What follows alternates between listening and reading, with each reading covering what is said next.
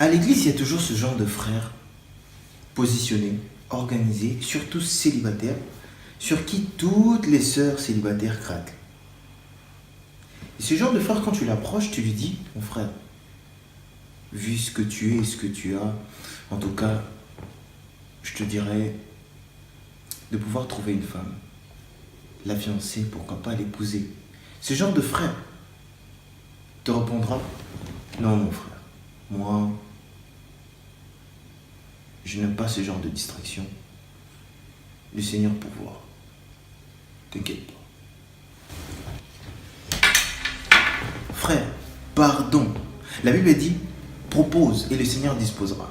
Vous verrez ce genre de frère être souvent très plongé dans les choses de Dieu au point d'oublier que la prière protège une relation, mais elle ne génère jamais le romantisme qu'il faut pour séduire la femme de ta vie.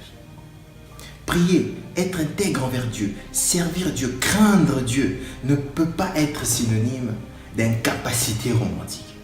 Certes, Dieu est capable de te donner une femme sans que tu uses des efforts de la drague pour l'avoir. Mais jamais, sans le romantisme, tu ne pourras la conserver longtemps. Certains me diront, en fait, si c'est réellement Dieu qui l'a donnée, tu ne penses pas qu'il va la laisser rester fidèle longtemps? Je ne suis pas contre ça. Vous avez tout à fait raison. Mais pour moi, je vous dirais, si Dieu nous donne à manger et que le manger se trouve devant nous sur une table, Dieu ne reviendra pas pour prendre cette cuillère, la mettre dans notre bouche pour que nous puissions manger. Il fera confiance aux capacités qu'il nous a dotés depuis le début pour prendre cette nourriture et la mettre dans notre bouche, afin qu'elle puisse bien sûr nous aider dans notre santé. C'est de la même manière qu'il procède pour ce qu'il fait pour nos relations. L'argent, dans une relation, l'argent embellit la femme, la rend belle, la rend éclatante. La prière la protège physiquement et spirituellement. On ne doit pas l'oublier. Mais le romantisme nous aide à la garder longtemps, à faire germer en elle la confiance et l'amour qui fera que vous puissiez vivre et demeurer longtemps. Tu dois savoir que la femme, pour toi, c'est comme un jardin.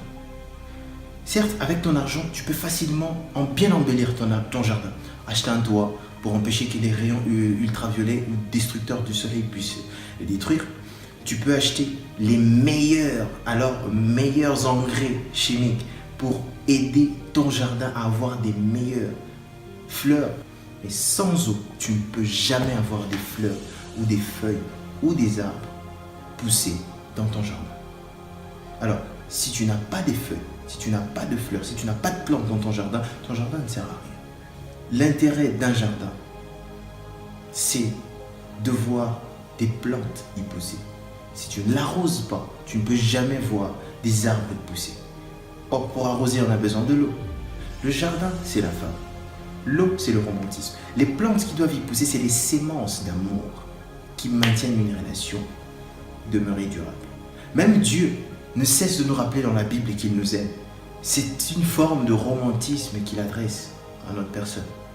Les œuvres, les signes qui accompagnent ceux qui ont cru en Dieu sont les différents gestes de romantisme, de preuve d'amour que tu enverras.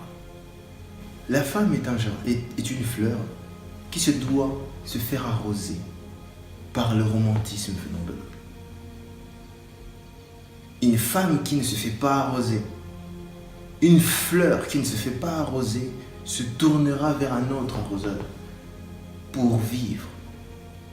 C'est pourquoi aujourd'hui nous voyons des femmes infidèles par-ci, infidèles par-là. Même certaines femmes jugées irréprochables deviennent infidèles. Du frère Charlie, que Dieu vous bénisse.